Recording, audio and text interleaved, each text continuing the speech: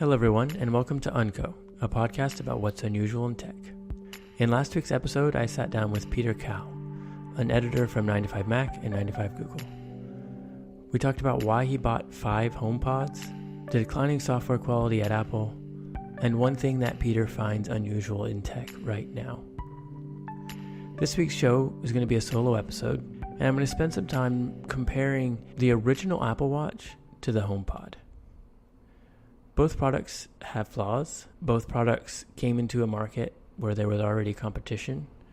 Admittedly, there's more competition for the HomePod, but I think there are some things that Apple has learned from the mistakes they made with the launch of the original Apple Watch.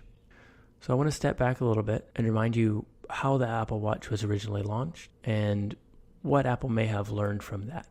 Way back in 2014, at the event where the iPhone 6 was being announced, Tim Cook described the Apple Watch as the next chapter in Apple's story. That next spring, the Apple Watch went on sale and I ordered one. I've been wearing it on my wrist ever since, but there were definitely issues with the original Apple Watch. It was slow, and more importantly, it didn't have focus. That lack of focus was made very clear when someone would ask me whether they should buy an Apple Watch. I really enjoyed mine, even from the start, despite its many issues. But it was really hard for me to recommend because the Apple Watch was being sold as something that could do so many different things.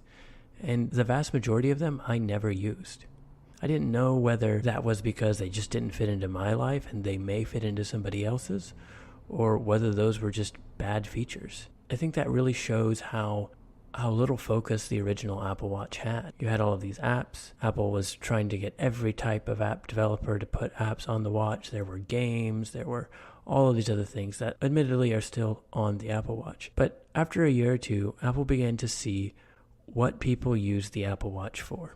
They use it for health tracking, they use it for workouts, and they use it for a handful of other things. And so that's what Apple began to focus on. They added more and more features around those capabilities, and they started to produce ads that focused on those features.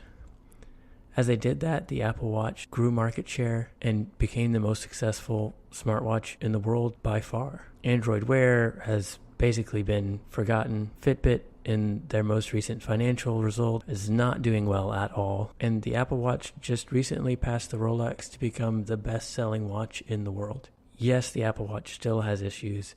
Yes, there are things that I would love to be different about it. But it began to see more and more success as Apple focused on what the Apple Watch was good at for the vast majority of people, and what the vast majority of people really wanted their watch to do. Now, I want to tie that to the recent launch of the HomePod. The HomePod, again, has plenty of issues, but I don't think anyone can say that it doesn't have focus. It is very clearly focused on music. And for people who are in the Apple ecosystem of music, it does that very, very well. Just last night, we were playing cards at our house, and we were all just yelling out songs to the HomePod, asking it to play things from different years and different genres, and reminding us who sang that song, and all of that worked really, really, really well.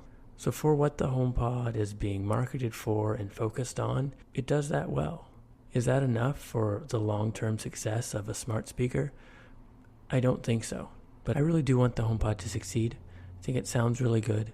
And as someone who's in the Apple ecosystem, it simplifies things a lot to have that Apple-to-Apple connection of my phone and my computer and my music service. But if Apple wants the HomePod to become the best-selling speaker in the world, the way the Apple Watch has become the best-selling watch in the world, they really need to double down.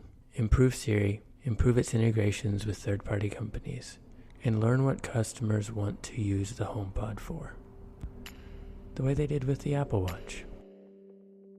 You can keep up with Unco by following @_UncoFM on Twitter, and you can subscribe to the show on Apple Podcasts, Overcast, YouTube, or wherever you get your podcasts. You can also stay up to date with my writing over at timothybuck.me or by following me on Twitter @timothybucksf. And if you'd like to help keep the show around, you can support the show on Patreon /UncoFM. Thank you so much for taking the time to listen.